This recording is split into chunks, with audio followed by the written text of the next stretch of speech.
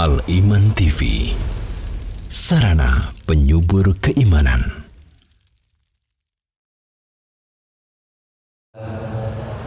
Nahmaduhu wa nasta'inuhu wa nastaghfiruh. Wa na'udzu billahi min shururi anfusina wa sayyiati a'malina. May yahdihillahu fala mudilla lahu wa may yudlil fala hadiya lahu.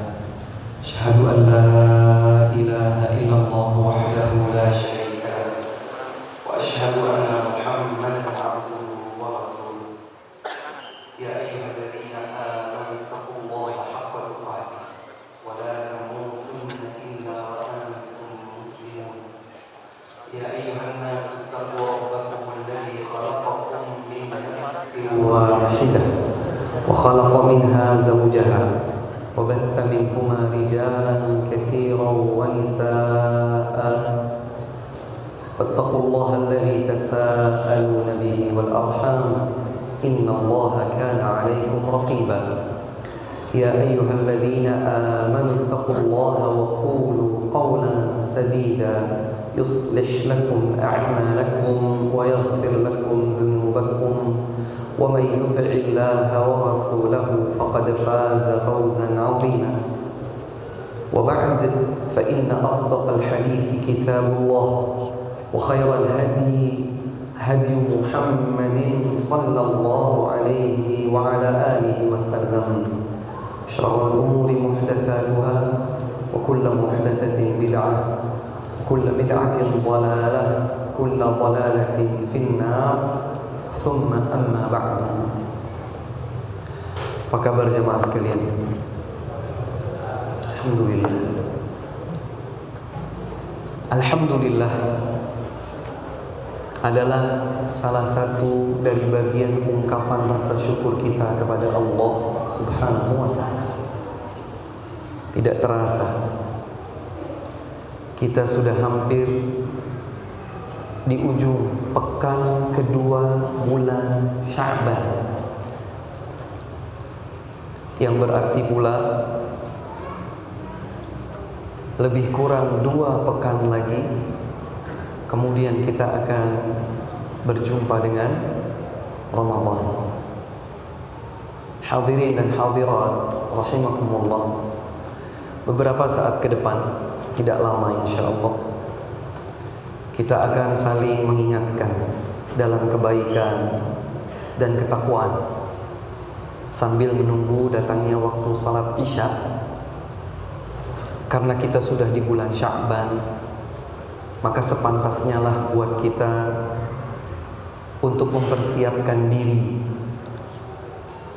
apa yang semestinya dilakukan agar Ramadan kali ini lebih baik dan menjadi yang terbaik dari Ramadan sebelumnya. Namun sebelum kita membahas tentang itu, izinkan kami untuk mengingatkan kita semua sebuah ungkapan yang pernah disampaikan oleh Al-Imam Al-Hasan Al-Basri rahimahullahu ta'ala. Ungkapan Al-Hasan Al-Basri ini diriwayatkan dari beberapa jalur, di antaranya oleh Al-Imam Abu Nu'aim Al-Asbahani dalam kitab Hilyatul Awliya. Beliau Al-Imam Al-Hasan Al-Basri rahimahullahu ta'ala pernah berkata, Ibna Adam, wahai anak cucu Adam, innama anta ayyam, sesungguhnya engkau hanyalah bagian dari waktu. Kullama dhahaba yawmuk dhahaba ba'duk, setiap kali satu hari berlalu berarti sebagian darimu hilang. Luar biasa, mendalam sekali. Al-Hasan Al-Basri rahimahullahu ta'ala mengingatkan kepada kita, yang diajak bicara bukan hanya sekedar seorang muslim, tapi setiap manusia anak Ibn Adam, innama anta ayyam. Wahai anak cucu Adam, engkau tidak lain hanyalah bagian dari waktu, kumpulan waktu. Lalu kalau manusia itu adalah bagian dari kumpulan waktu, ada konsekuensinya. Kullama dhahaba yaumun dhahaba ba'duk. Setiap kali satu hari berlalu, berarti ada satu bagian dari dirimu yang hilang.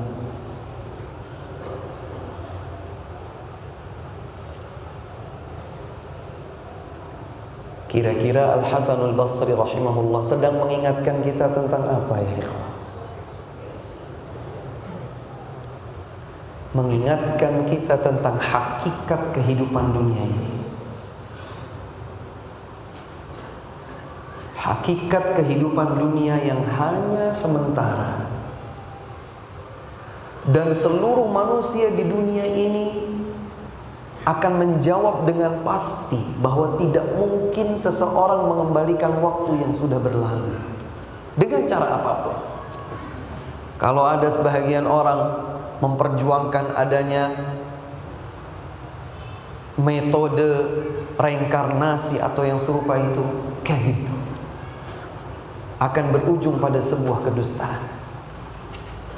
Tidak ada seorang pun di antara manusia yang mampu mengulang kembali apa yang terjadi sebelumnya. Kita hanya dibohongi oleh berbagai media kalau sampai ada yang berpikir bahwa hari kemarin bisa saya ulangi kembali. Itu mustahil. Banyak sekali ayat dan banyak sekali hadis yang menerangkannya. Sehingga Al-Hasan Al-Basri rahimahullahu ta'ala mengingatkan kepada kita hakikat kehidupan dunia ini. Innama anta ayyam. Sesungguhnya masing-masing dari kita ini tidak lain dan tidak bukan hanyalah kumpulan waktu dan hari. Setiap kali satu hari berlalu, setiap kali itu pula bagian dari dirimu telah terpisah pergi. Dan ini semakin menyadarkan kita bahwa ujian di kehidupan dunia adalah ujian yang pasti. Kita ini hidup untuk diuji, dan ini sering diingatkan kepada kita. Alladzi khalaqal mauta wal hayata liyabluwakum ayyukum ahsanu amala. Dalam surat Al-Mulk ayat yang kedua. Dialah Allah subhanahu wa ta'ala yang menciptakan kematian dan menciptakan kehidupan untuk menguji kalian. Siapa di antara kalian yang paling baik amalnya? Ahsan, yang terbaik amalnya. Maka sehingga kalau seseorang tidak peduli dengan apa yang sedang dijalaninya, padahal resiko di hadapan itu pasti, hasilnya itu pasti, tapi dia abaikan, maka dia akan menjadi orang yang merugi. Faman ya'mal mithqala dzarratin khairan yarah. Siapa saja yang melakukan kebaikan sebiji zarrah, maka dia akan melihat hasilnya. Wa may ya'mal mithqala dzarratin syarran yarah. Dan siapa yang melakukan keburukan sekecil zarrah, dia akan melihat balasannya.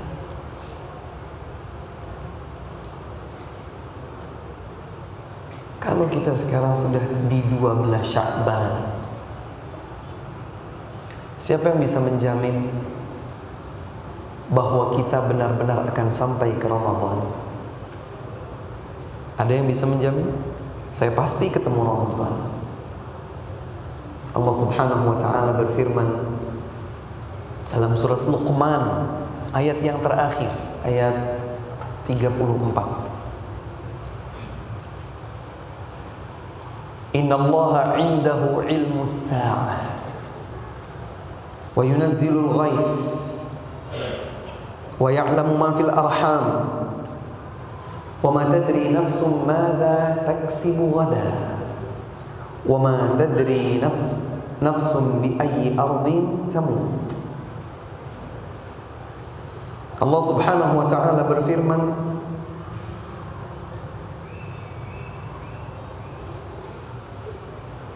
Innallaha 'indahu 'ilmus sa'ah.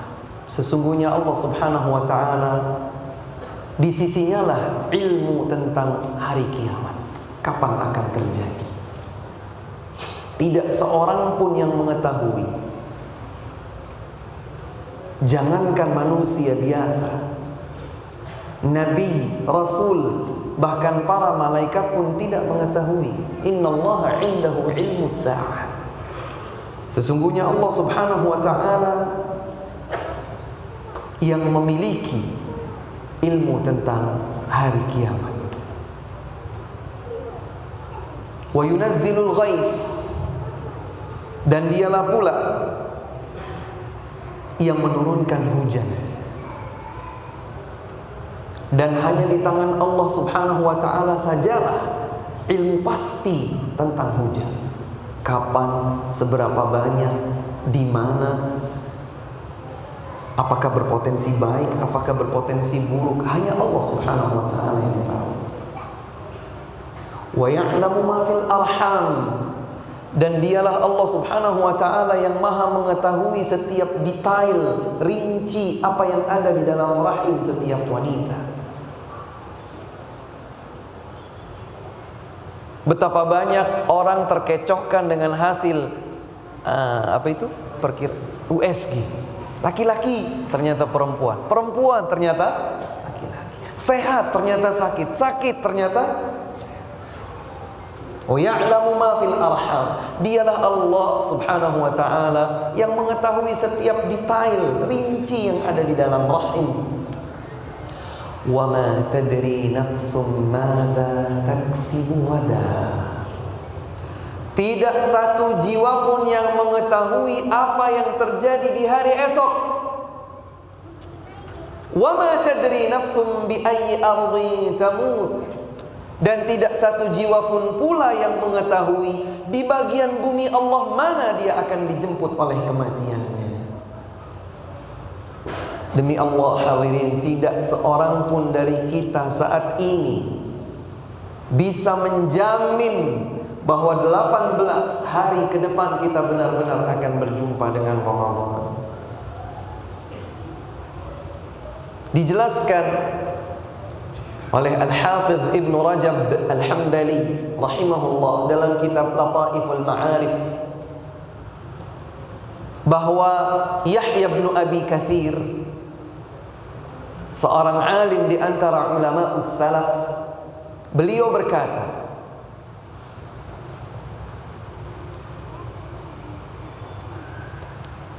bahwa doa, salah satu doa yang dipanjatkan oleh para ulama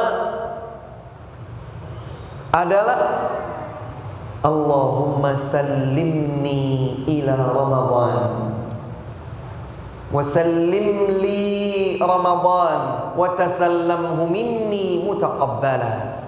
Ya Allah, hantarkan aku menuju Ramadan. Berarti yang dihantarkan siapa? Kita. Wasallim li Ramadan, dan hantarkan untukku Ramadan. Berarti yang dihantarkan siapa? Maka dari kedua arah. Minta kita didekatkan dengan Ramadan, dan minta kepada Allah agar Ramadan didekatkan kepada kita. Permintaan yang menunjukkan permohonan dengan sangat.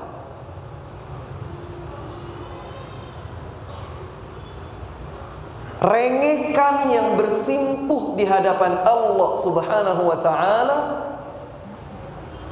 untuk benar-benar bisa dipertemukan dengan bulan Ramadan. Selain itu, beliau juga menyatakan bahwa di antara doa yang diminta para ulama ussalaf, wa tasallamhu minni mutaqabbala. Ya Allah, terimalah segenap amal yang aku kerjakan sebagai amal yang mutaqabbal. Yang lebih unik, hadirin yang dimuliakan Allah, masih dalam kitab yang sama, kitab Lataiful Ma'arif yang disusun oleh Al-Hafidh Ibn Rajab Al-Hambali rahimahullah bahwa para ulama terdahulu berdoa meminta dipertemukan dengan Ramadan itu 6 bulan. Meminta sepanjang 6 bulan lamanya untuk benar-benar dipertemukan dengan Ramadan. Subhanallah. 6 bulan doa, bukan 6 jam, bukan 6 menit, bukan 6 hari, bukan 6 pekan, 6 bulan. 6 bulan itu berarti berapa hari hadirin? 6 kali 30 hari, 180 hari, setengah tahun. Minta kepada Allah. Padahal siapa mereka? As-salaf, as-salih. Kesalihan mereka itu jelas dan dipersaksikan dalam sejarah kehidupan manusia. Bayangkan bagaimana kalau mereka hidup di zaman kita sekarang. Mungkin sepanjang 1 tahun lamanya mereka ingin berjumpa dengan Ramadan. 6 bulan lamanya berdoa kepada Allah Subhanahu wa ta'ala agar dipertemukan dengan Ramadan. Kenapa? Karena tidak ada seorang pun dari manusia yang bisa menjamin bahwa dirinya masih hidup di hari esok. Merasa rugi besar mereka jika mereka tidak dipertemukan dengan Ramadan. Merasa ada sesuatu yang hilang sedemikian hebat kalau mereka tidak berjumpa dengan Ramadan. Dan Allah Subhanahu wa ta'ala berfirman dalam surat Ali Imran ayat 185 kalau tidak salah. Kullu nafsin dha'iqatul maut. Setiap jiwa pasti akan merasakan kematian. Wallahi, hati kita sakit atau bahkan sudah mati kalau saat kita mengetahui ada jenazah yang dihantar menuju liang lahat, tapi tidak ada yang bergetar dalam hati kita. Ada yang mati, atau minimalnya sakit kita. Kalau ada jenazah dihantar, kita tidak merasa ada sesuatu yang bergetar, maka ada problem dalam jiwa kita. Padahal Nabi SAW berpesan dalam hadis yang diriwayatkan oleh Tirmidzi, Ibnu Majah dan selainnya, "Aktsiru dzikra hadzimil ladzat." Perbanyaklah oleh kalian mengingat kematian. Kenapa? Agar kita bisa lebih bersemangat untuk menyambut setiap kebaikan, dan agar kita semakin berputus asa dari ingin melakukan keburukan, wal'iyadzubillah.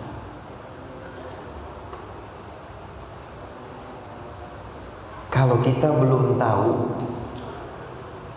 kita juga tidak punya kepastian bahwa kita dipertemukan dengan Ramadan ataukah tidak, maka naif rasanya kalau kita tidak merengek meminta kepada Allah Subhanahu wa ta'ala.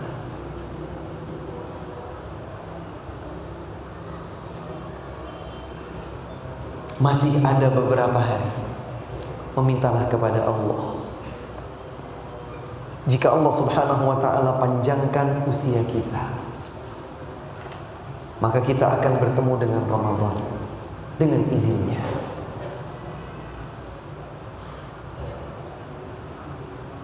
Tapi kalau ternyata mungkin besok atau lusa atau 3 hari ke depan atau seminggu yang akan datang, kita nggak tahu.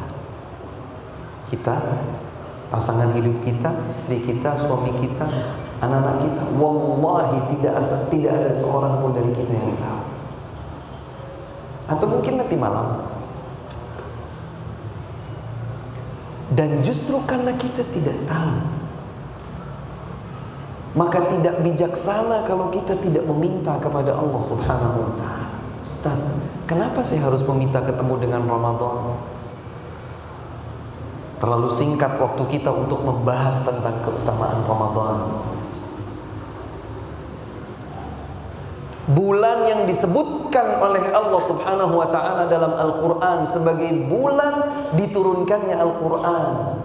Allah perkenalkan Ramadan kepada kita dengan menyebutkan bahwa di bulan itulah Al-Quran diturunkan. Syahrul Ramadan alladzi unzila fihil Quran. Lebih spesifik lagi bahwa Al-Quran itu diturunkan pada malam Lailatul Qadr. Satu malam. Satu malam itu berarti bukan satu hari. Satu malam ya hanya hitungan jam. Ternyata satu malam itu bukan sama, tapi lebih baik daripada 1000 bulan. Inna anzalnahu fi lailatul qadr. Wa ma adraka ma lailatul qadr. Lailatul qadri khairun min alfi syahr. Baru secuil dari keutamaan Ramadan. Mau tambahkan? Hadithu wala haraj. Hadis yang diriwayatkan oleh para a'immah, Abu Dawud, At-Tirmidzi dan selainnya. Nabi SAW bersabda, Al-Bukhari dan Muslim juga meriwayatkannya dengan redaksi yang sedikit banyak senada. Nabi Muhammad SAW bersabda, "Idza kana awwalu lailatin min Ramadan," apabila tiba malam pertama bulan Ramadan, "Futihat abwabul jannati falam yughlaq minha bab." Semua pintu surga dibuka, tidak ada satu pintu surga pun yang tertutup. Ini hanya ada di bulan. Wa ghulliqat abwabun nar falam yuftah minha bab. Dan ditutup semua pintu neraka, tidak ada satu pintu neraka pun yang terbuka. Kita kalau masuk atau kita menuju satu tempat yang punya beberapa pintu, ketika kita sampai ternyata semua pintunya tertutup. Artinya apa? Bisa masuk? Sebaliknya, kalau kita menuju satu tempat, semua pintu yang ada padanya terbuka, kira-kira apa? Bisa masuk? Dari pintu yang kita suka. Di Ramadan, sejak awal malamnya, semua pintu surga terbuka, tidak ada satupun yang tertutup. Bersamaan dengan itu, semua pintu neraka ditutup, tidak ada satupun yang terbuka. Wa yunadi munadin minas sama, ya baghiyal khairi aqbil wa ya baghiyal syarri aqsir. Ada malaikat yang menyerukan, mengumandangkan sebuah motivasi, dorongan. Wahai para pencari kebaikan, bersegeralah, sambutlah. Wahai para pencari keburukan, hentikanlah. Dan di akhir hadis tersebut Nabi SAW menyatakan, walillahi utaqa'un minan nar wa dzalika fi kulli lailah. Dan Allah Subhanahu wa taala akan menentukan siapapun hamba yang dikehendakinya akan terbebas dari ancaman belenggu neraka, dan itu terjadi setiap malam. Ya Rabb. Satu hadis disebutkan 5 keutamaan Ramadan sekaligus.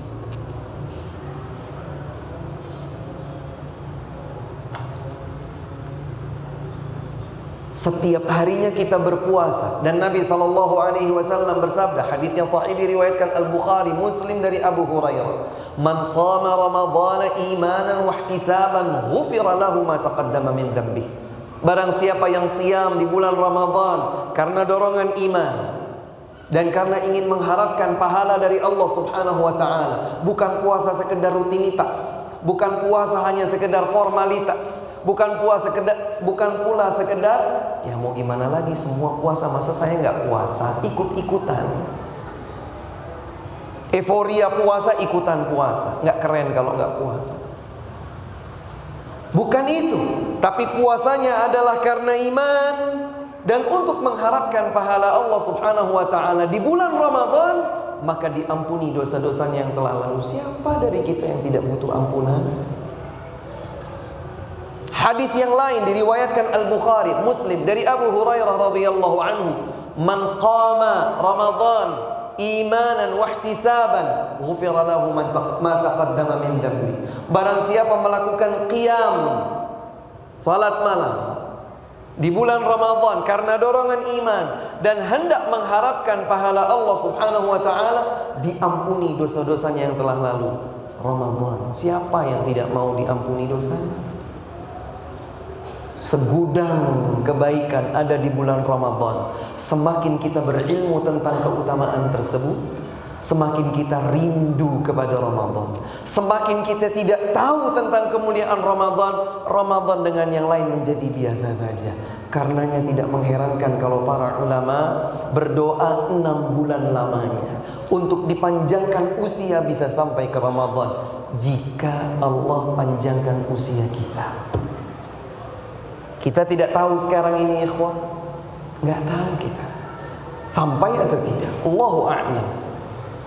Ustaz, jangan buat kami bersedih. Bukan bersedih, tapi justru agar kita semangat. Setidaknya catatlah dalam catatan amal kita, kita tuh berdoa, rindu ingin jumpa Ramadan. Berdoa kepada Allah Subhanahu wa ta'ala, ya Allah, pertemukan hamba dengan Ramadan. Izinkan hamba untuk mendapatkan kemuliaannya. Limpahkan untuk hamba janji-janji kebaikanmu di dalamnya. Berdoa kepada Allah Subhanahu wa ta'ala. Dan sambil kita mengharap itu, yang tidak boleh kita lupakan adalah persiapan untuk menjadikan Ramadan sebagai Ramadan terakhir. Karena belum tentu kita akan dipertemukan kembali dengan Ramadan berikutnya. Kalau dalam salat, Nabi SAW bersabda, "Shalli salata muwaddi'." Salatlah engkau salat perpisahan. Maksudnya, salatlah engkau dengan kualitas salat yang seakan-akan tidak ada salat lagi setelah itu. Kita belum masuk waktu Isya ya ikhwah. Belum masuk. Allahu a'lam. Siapa tahu sesaat sebelum kita salat Allah mencabut nyawa kita. Allahu a'lam. Kita tidak tahu. Andai Allah pertemukan kita dengan salat Isya, dan andai kita tahu bahwa Isya itu adalah kesempatan salat terakhir kita di dunia sebelum dijemput oleh ajal, apa yang akan kita lakukan? Kita jadikan salat Isya kita sama seperti salat-salat sebelumnya, atau kita jadikan salat itu yang terbaik karena itu yang terakhir? Kita akan jadikan yang terbaik. Kita belum tahu nih, ketemu dengan Ramadan atau tidak. Kita berharap dan terus berdoa. Andai kita berjumpa dengan Ramadan, apa yang akan kita lakukan? Kita hanya akan lakukan jalan di tempat, samakan Ramadan yang akan datang seperti Ramadan sebelumnya, atau bahkan mungkin lebih buruk, ataukah justru kita jadikan Ramadan kita menjadi Ramadan yang terbaik?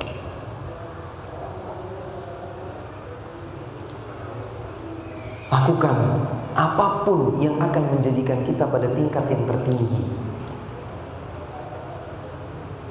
Dalam hadis yang panjang, kita sudah sangat sering mendengarnya, saya yakin itu. Bahkan mungkin di antara kita ada yang beberapa kali mencoba untuk menghafalnya. Mungkin hadis yang dikenal dengan hadis Jibril alaihi salam, panjang, dibawakan oleh Umar bin Khattab radhiyallahu anhu, dan juga ada jalur yang lain disebutkan dari Abdullah bin Umar radhiyallahu taala anhuma, diriwayatkan oleh Al-Bukhari dan Muslim. Dan riwayat yang lengkap diriwayatkan oleh Imam Muslim. Alhasil dalam pertemuan malaikat Jibril alaihi salam yang datang menjumpai Nabi sallallahu alaihi wasallam dalam wujud manusia, tidak dikenali oleh para sahabatnya waktu itu. Kalau tidak dikenali, dia siapa nggak tahu. Kalau seorang musafir kok tidak ada tanda-tanda safar, ternyata yang beliau tanyakan adalah Islam, iman, kemudian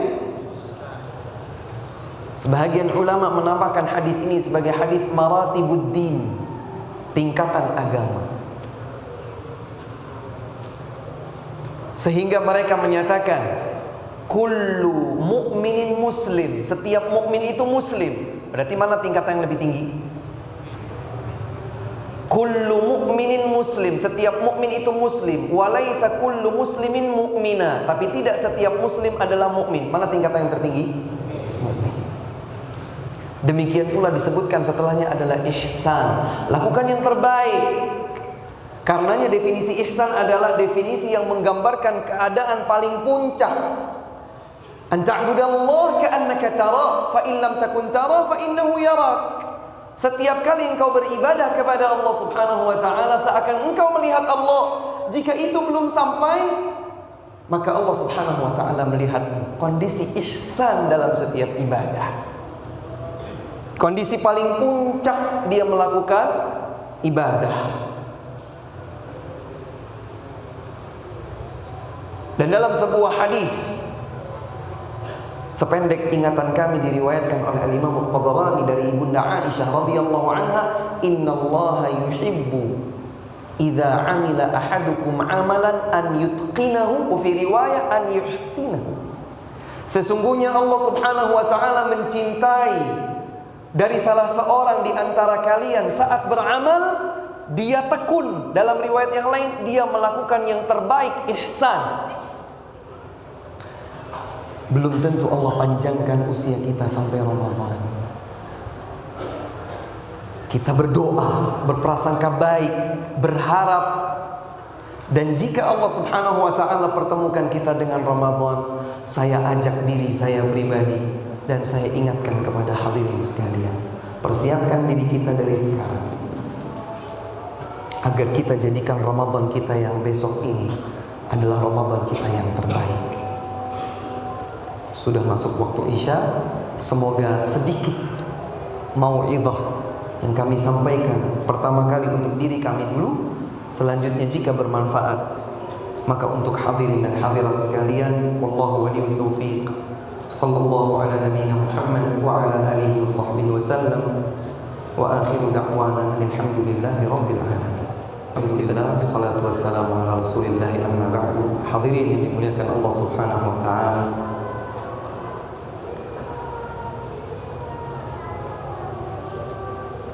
bagaimana caranya agar Ramadan kita menjadi Ramadan yang terbaik, jika memang Ramadan nanti adalah Ramadan terakhir kita? Yang pertama,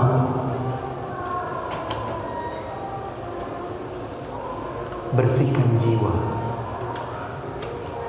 jernihkan hati,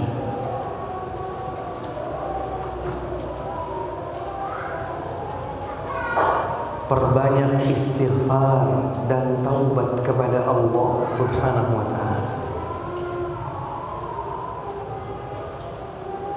Tundukkan segenap jiwa dan raga ini di hadapan hukum Allah. Jauhkan diri dari kedurhakaan kepada Allah, sehingga kita benar-benar akan berjumpa dengan Ramadan.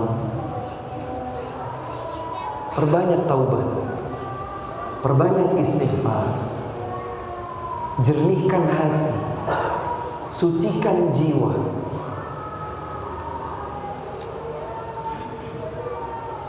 Karena seringkali di antara yang menghalangi hamba dari sebuah kebaikan adalah lantaran dosa yang menghalanginya.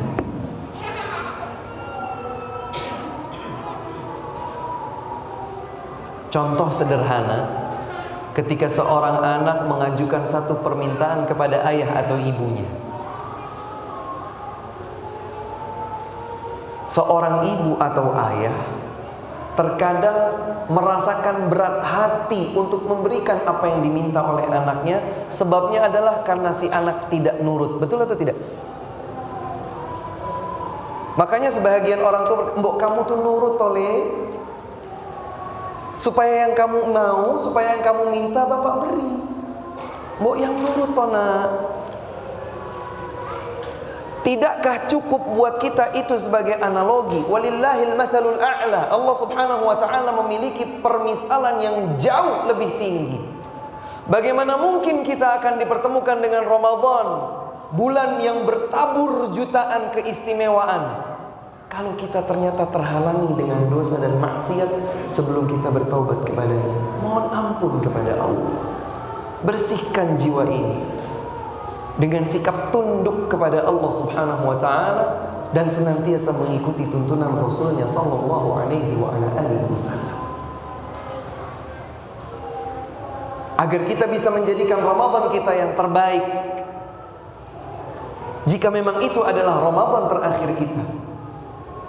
Saya ingin Ramadan besok kalau memang itu yang terakhir, ya Allah. Bantulah hamba untuk menjadikannya sebagai Ramadan yang terbaik. Awali dengan kebersihan jiwa, kejernihan hati, memohon ampun kepada Allah Subhanahu wa ta'ala sehingga masuk menyambut bulan Ramadan dalam keadaan yang lebih bersih. Ini yang pertama. Yang kedua, pupuklah iman, tingkatkan kualitasnya. Karena tidaklah yang dipanggil oleh Allah untuk berpuasa siam di bulan Ramadan kecuali hamba-hamba yang beriman. Dalam ayat yang sudah sangat kita hafal, Allah Subhanahu wa ta'ala berfirman, ya ayyuhalladzina amanu kutiba alaikumus siyam. Wahai orang-orang yang beriman, telah diwajibkan kepada kalian untuk berpuasa, kama kutiba 'alal ladzina min qablikum, sebagaimana telah diwajibkan untuk orang-orang sebelum kalian, la'allakum tattaqun. Yang dipanggil adalah orang-orang beriman. Maka kalau mungkin beberapa waktu silam muncul satu fenomena miris, memprihatinkan, ketika sebagian orang muncul entah dengan pemikiran apa, sampai kemudian meminta diberikan toleransi kalau mereka tidak berpuasa. Berikan toleransi kepada mereka orang yang tidak berpuasa. Hai anak cucu Adam, bukan manusia yang menetapkan kewajiban puasa sehingga kalian menuntut toleransinya dari manusia. Siam diwajibkan oleh Allah dengan panggilan atas nama iman. Jika Anda merasa diri Anda punya iman, sambut panggilan ini.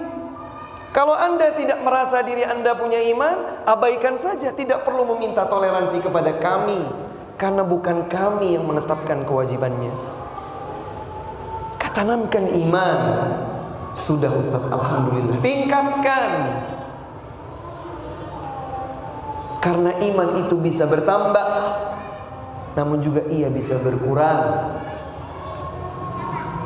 Iman bertambah dengan ketaatan kepada Allah Azza wa Jal, dan iman berkurang dengan kemaksiatan hamba kepada Allah Subhanahu wa ta'ala. Dan ini berhubungan dengan yang pertama tadi.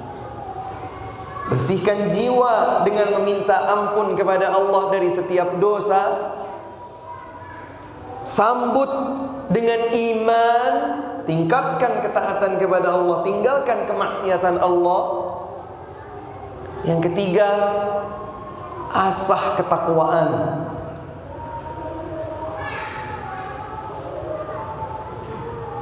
Dan takwa merupakan cerminan dari iman.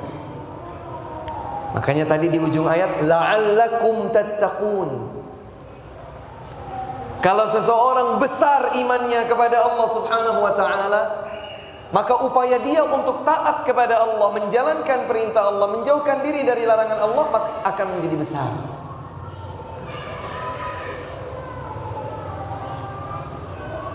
Sebaliknya, ketika iman seseorang itu turun, saat itu pula larangan Allah akan dia langgar, kewajiban ketetapan Allah akan dia abaikan. Asah ketakwaan. Banyak yang mendefinisikan ketakwaan, tapi semua tidak keluar dari definisi bahwa takwa adalah menjadikan antara diri kita dengan ancaman siksa azab Allah tameng. Ini takwa.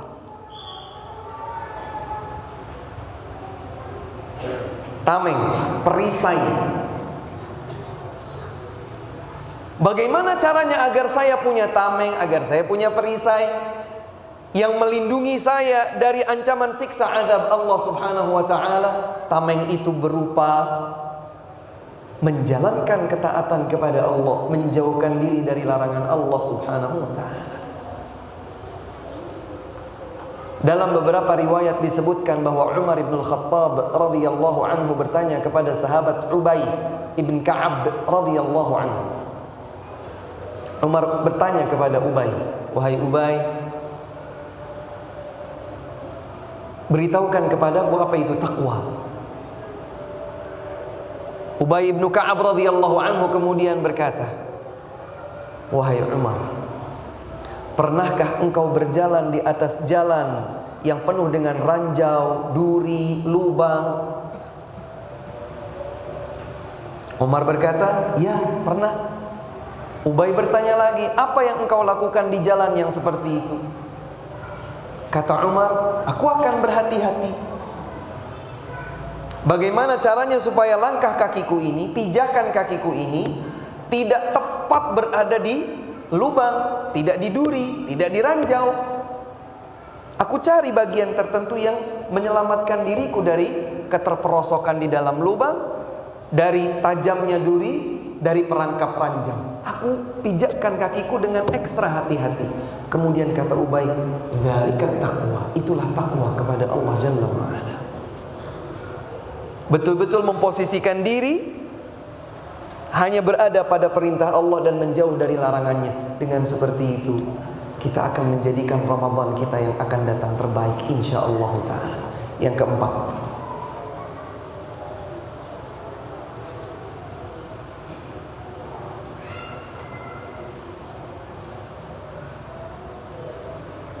tingkatkan semangat dalam setiap kebaikan. Latih diri ini untuk sensitif, peka. Setiap kebaikan segera. Orang Jawa bilang sregep. Surabaya juga sama, sregep. Apa sregep itu? Cekatan, cepat. Tidak menyia-nyiakan peluang sekecil apapun itu. Ada kotak infak, ada waktu salat duha, segera. Ada orang tua membutuhkan bantuan kita, abi, ummi, ahlan sahlan. Setiap peluang kebaikan segera. Dan tidaklah di dalam Al-Quran disebutkan kata-kata bersegera, bergegas, berlomba kecuali untuk kebaikan. Fastabiqul khairat. Apa artinya fastabiqul khairat? Berlomba-lombalah dalam, enggak ada fastabiqul ma'asi. Berlombalah dalam maksiat, tidak ada. Wasari'u ila maghfiratin min rabbikum wa jannatin 'arduha as-samawati wal ardu u'iddat lil muttaqin. Bergegaslah kalian menuju ampunan Allah, menuju surga Allah yang luasnya langit dan bumi. Disiapkan hanya untuk orang-orang yang bertakwa. Berhubungan lagi dengan poin yang ketiga. Subhanallah.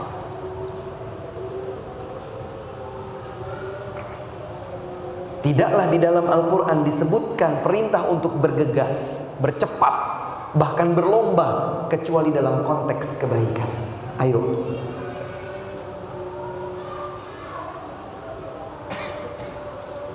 jadikan diri kita peka, sensitif, tapi menuju kebaikan yang telah Allah Subhanahu wa ta'ala mudahkan bagi kita di hadapan kita.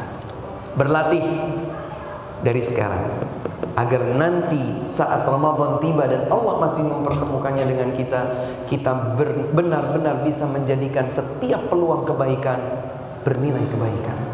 Yang terakhir, yang kelima, perbanyak doa.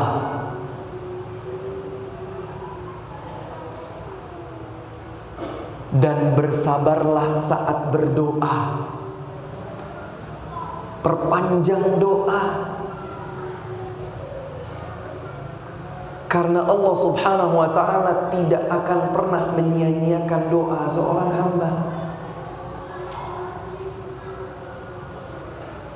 Di dalam sebuah hadis yang sahih, Nabi SAW menjelaskan bahwa tidaklah seorang hamba muslim berdoa bukan meminta dosa, bukan meminta diputusnya tali silaturrahim, kecuali Allah Subhanahu wa ta'ala akan memberikan satu di antara 3 kemungkinan. Seorang hamba muslim berdoa, dalam doanya dia bukan minta dosa, dalam doanya dia bukan minta diputusnya tali silaturrahim, Allah akan memberikan satu dari 3. Kata Nabi SAW, imma an yu'ajjilallahu lahu fid dunya, Allah segerakan apa yang dia minta sebagaimana ia doa. Ya Allah minta ini, diberi. Ini kemungkinan yang pertama.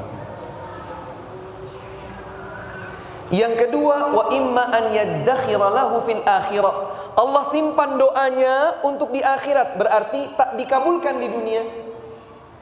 Di dunianya tidak dapat dia. Sabar dan jangan berprasangka buruk kepada Allah Subhanahu wa ta'ala.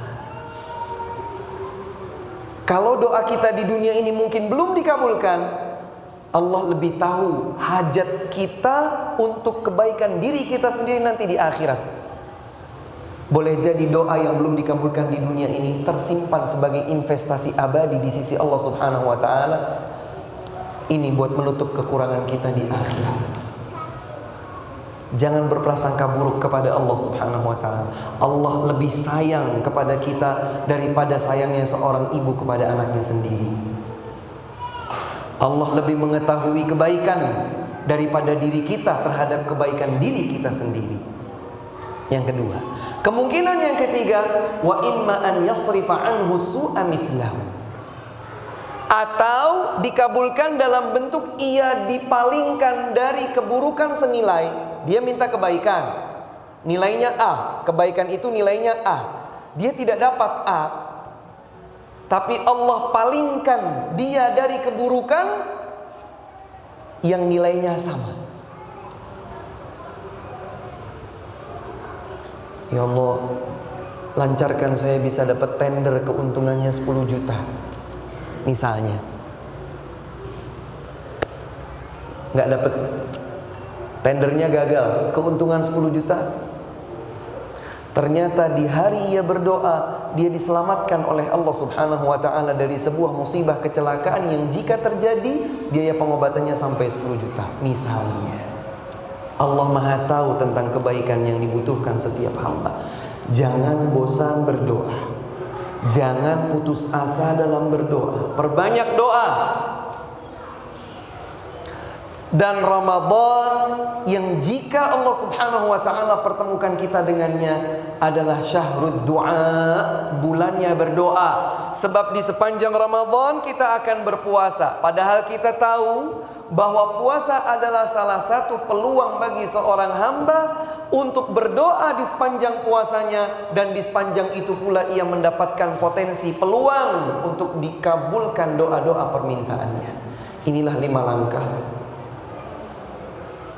yang semoga bermanfaat sebagai bekal persiapan kita jika nanti Allah Subhanahu wa ta'ala mempertemukan kita dengan Ramadan. Ini yang dapat kami sampaikan. Wallahu waliyyu taufiq. Sallallahu ala nabiyina Muhammad wa ala alihi wa sahbihi wasallam. Jika ada pertanyaan, dipersilakan.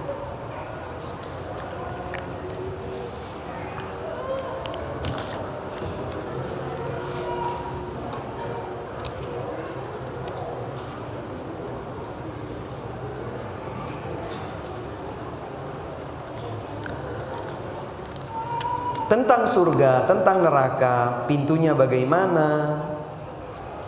Surga dan neraka adalah bagian dari ghaib. Apa itu ghaib? Sesuatu yang tidak terlihat dengan indera, sesuatu yang tidak tertangkap dengan indera kita. Kita belum lihat, kita belum mendengar, kita belum pegang, belum sentuh. Dan itu disebut ghaib.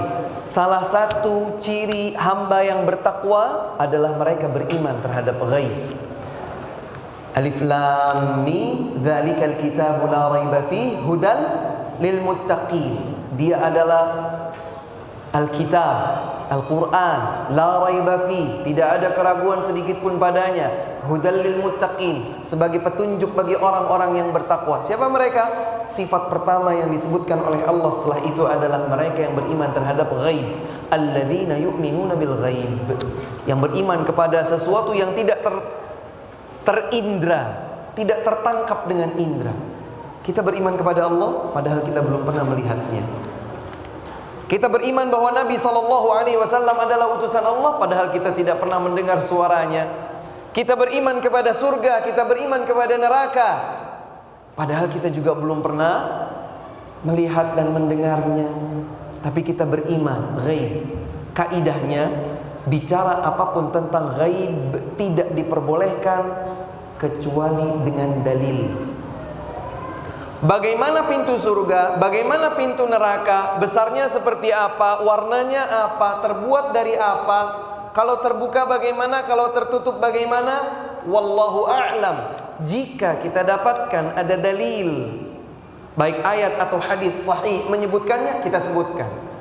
Tapi kalau tidak, cukup kita beriman sebagaimana yang dijelaskan dalam Al-Quran atau hadis yang sahih. Wallahu ta'ala a'lam.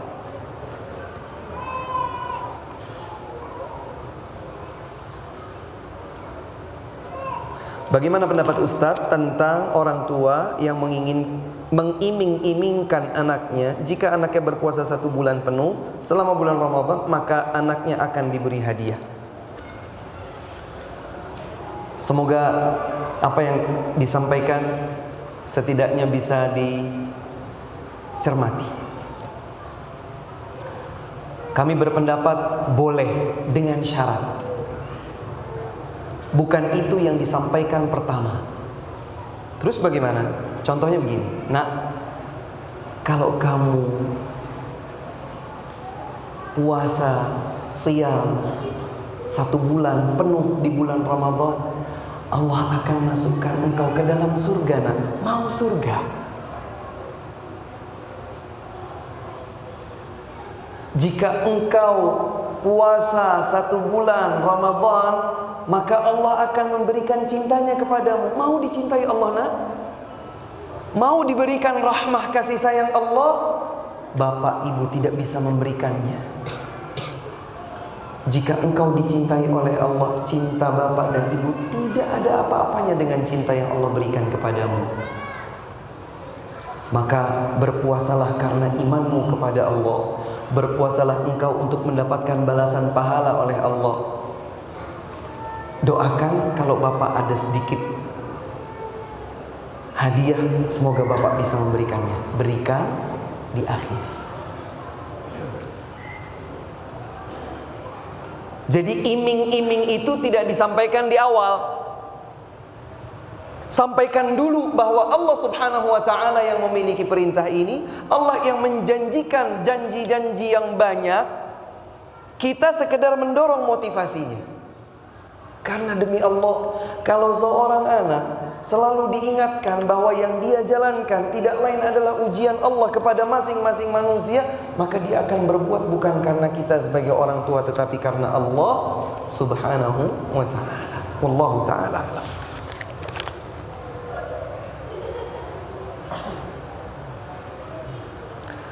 Betul sekali bahwa Allah Subhanahu wa ta'ala dan Rasulnya sallallahu alaihi wa ala alihi wasallam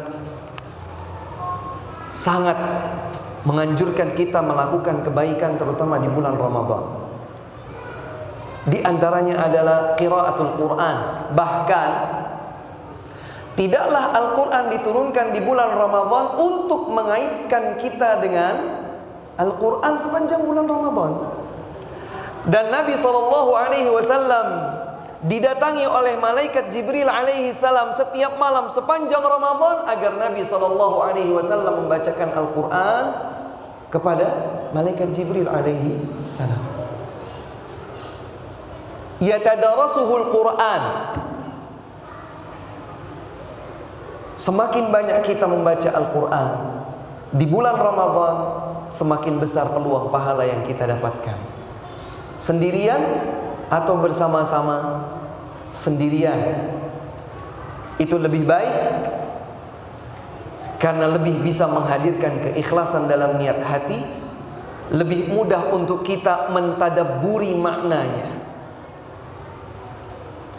Kecuali kalau seandainya bersama-sama itu artinya adalah ada di waktu tertentu, di hari-hari Ramadan, berkumpul sekelompok orang di dalam rumah Allah Subhanahu wa taala, masjid, untuk membaca dan mempelajari Al-Quran, maka itu menjadi afdal.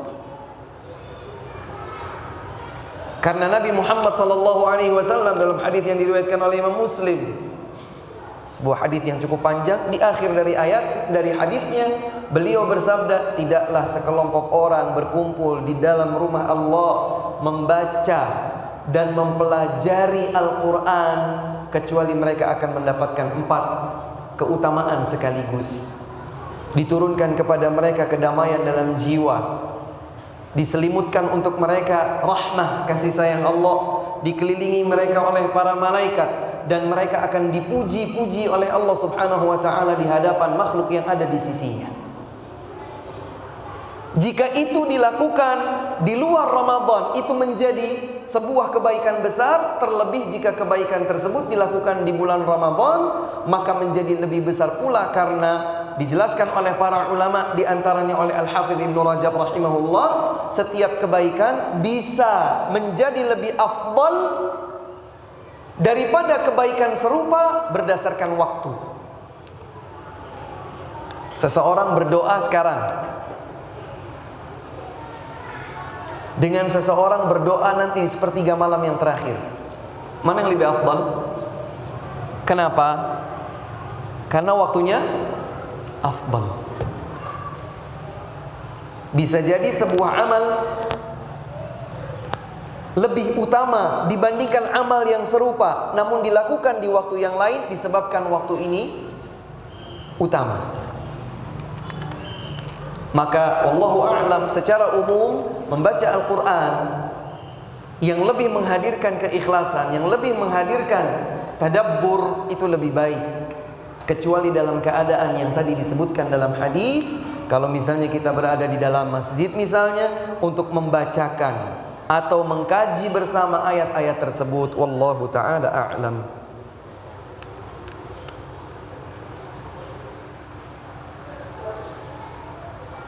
Terkait dengan dibukanya pintu surga di malam pertama bulan Ramadan, apakah hissi atau maknawi? Sependek yang kami ketahui, bahwa itu tidak hanya di malam pertama, Allahu a'lam, tapi di sepanjang bulan Ramadan. Sebab hadis yang diriwayatkan oleh Al-Bukhari dan Muslim, Nabi SAW tidak menyebutkan keterangan waktu, yaitu malam pertama, tapi idza jaa Ramadan, apabila tiba bulan Ramadan, maka Ramadan secara keseluruhan. Ini yang pertama. Yang kedua, apakah hissi atau maknawi? Allahu a'lam. Ini membutuhkan dalil. Ini membutuhkan keterangan yang terbukti dengan dalil. Apapun tentang bagaimananya pintu itu terbuka, apakah betul-betul pintunya terbuka, ataukah terbuka artinya dimudahkan setiap kebaikan, Allahu a'lam. Ini membutuhkan bukti dalil yang dikuatkan oleh penjelasan para ulama. Wallahu a'lam. Bagaimana hukum mengoleksi boneka berbagai model, ukuran dan bahan? Yang pertama, hindarilah boneka-boneka dengan bentuk makhluk bernyawa. Tidak untuk anak kecil, apalagi orang yang sudah dewasa atau minimalnya aqil baligh. Hindari. In kana labud, seandainya memang harus sudah terlanjur maniak boneka misalnya. Boneka apa yang sekiranya bisa dikoleksi sebanyak mungkin? Yang pertama adalah boneka-boneka yang tidak berbentuk makhluk hidup, seperti boneka berbentuk mobil, berbentuk bola, berbentuk buah-buahan. Ustadz dikasih mata, Allahu a'lam, semoga tidak apa-apa. Karena pada kenyataannya tidak ada mobil yang bermata, bisa kedip-kedip gitu, ada mulutnya, tidak ada pada kenyataannya. Sehingga itu bukan makhluk hidup Allah subhanahu wa ta'ala yang Allah ciptakan sebagaimana kita manusia hidup. Begitu pula dengan buah-buahan, ya. Ada nggak buah-buahan yang betul-betul real, punya mata, ada mulutnya, bisa? Nggak ada. Misalnya ada buah pisang begitu ya, dikasih mata, semoga tidak apa-apa, Allahu a'lam. Tapi dihindari lebih baik. Bentuk semangka atau bentuk stroberi atau bentuk bola misalnya, atau bentuk kendaraan tertentu. Karena itu bukanlah makhluk hidup sebagaimana yang disebutkan dalam hadis. Ini catatan yang pertama. Yang kedua, apa yang berlebihan itu pasti tidak baik. Nabi SAW bersabda, min husni islamil mar'i tarkuhu ma la ya'ni. Di antara kualitas indah keislaman seorang hamba adalah ia meninggalkan yang tidak bermanfaat baginya. Ustaz, anak saya itu yang kayak gitu itu Ustaz. Coba kita berikan pengertian kepadanya. Nah, sudah ya nak, cukup, bonekanya sudah banyak, ya kan? Kita tidak perlu tambah lagi koleksi bonekanya. Lebih baik sejumlah uang untuk beli boneka ini kita infakkan di jalan Allah subhanahu wa ta'ala. Atau yang semisal dengan itu, memberikan pengertian kepada anak kita. Wallahu a'lam.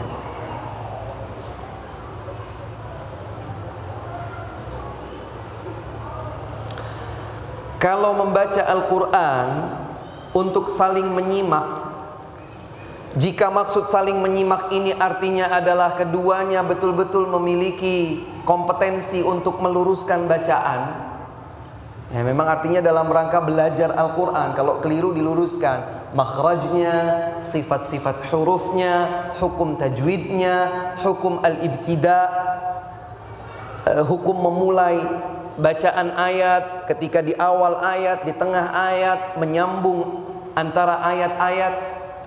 Orang yang diperdengarkan itu memang mumpuni, kompeten dalam hal itu.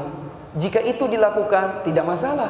Ini bagian dari yatadarasul Quran, mempelajari Al-Quran. Dan Nabi SAW menyatakan, khairukum man ta'allamal Qur'ana wa 'allama. Sebaik-baik kalian adalah yang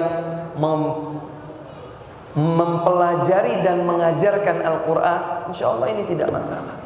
Tapi kalau sama-sama tidak memiliki kompetensi, kemudian menjudulinya saling menyimak. Saling menyimak ini maksudnya apa? Didefinisikan dulu menyimak ini. Kalau hanya sekedar mendengarkan saja, oh ya dia baca Quran, saya baca Quran, dia baca 10, saya baca 10, dia baca 1, saya baca 1. Jika dibandingkan ini dengan kita fokus membaca Al-Quran, kemudian kita mengkaji tafsirnya, dan ini lebih menghasilkan kekhusyuan, tadabbur, keikhlasan dalam niat hati, Allahu a'lam, maka ini lebih baik. Ya. Tapi kalau menyimak dalam arti seperti tadi, betul-betul dikoreksi bacaanmu keliru. Memang ada space waktu, slot waktu ini untuk memang saya mempelajari, memperbaiki bacaan Al-Quran saya. Karena memang dia orang yang bersangkutan ini punya kompetensi dalam hal itu. Allahu a'lam, ini juga mudah-mudahan tidak mengapa. Semoga Allah subhanahu wa ta'ala mempertemukan kita dengan kemuliaan bulan Ramadan. Dan semoga Allah subhanahu wa ta'ala, jika menjadikan Ramadan yang akan datang itu sebagai Ramadan terakhir kita, semoga Allah subhanahu wa ta'ala menjadikannya sebagai Ramadan terbaik di sepanjang hidup kita. Semoga Allah subhanahu wa ta'ala tutup perjalanan hidup kita dengan husnul khatimah. Dan semoga Allah subhanahu wa ta'ala memasukkan kita bersama keluarga yang kita cintai ke dalam surga yang tertinggi Al-Firdaus, berjumpa dengan Nabi mulia Nabi Muhammad sallallahu alaihi wasallam. Ini yang dapat kami sampaikan, kurang dan lebihnya kami mohon maaf. Yang benar pasti hanya datang dari Allah subhanahu wa ta'ala. Dan jika terdapat kekeliruan atau kekhilafan pada yang kami sampaikan, buang saja jauh-jauh, beralihlah kepada kebenaran yang ditetapkan dalam Al-Quran dan di dalam hadis sahih yang diriwayatkan dari Nabi Muhammad sallallahu alaihi wa ala alihi wasallam. Ini yang dapat kami sampaikan. Wa akhiru da'wana alhamdulillahi rabbil alamin. Subhanakallahumma wa bihamdik asyhadu an la ilaha illa anta astaghfiruka wa atubu ilaik. Assalamualaikum warahmatullahi wabarakatuh. Al Iman TV, sarana penyubur keimanan.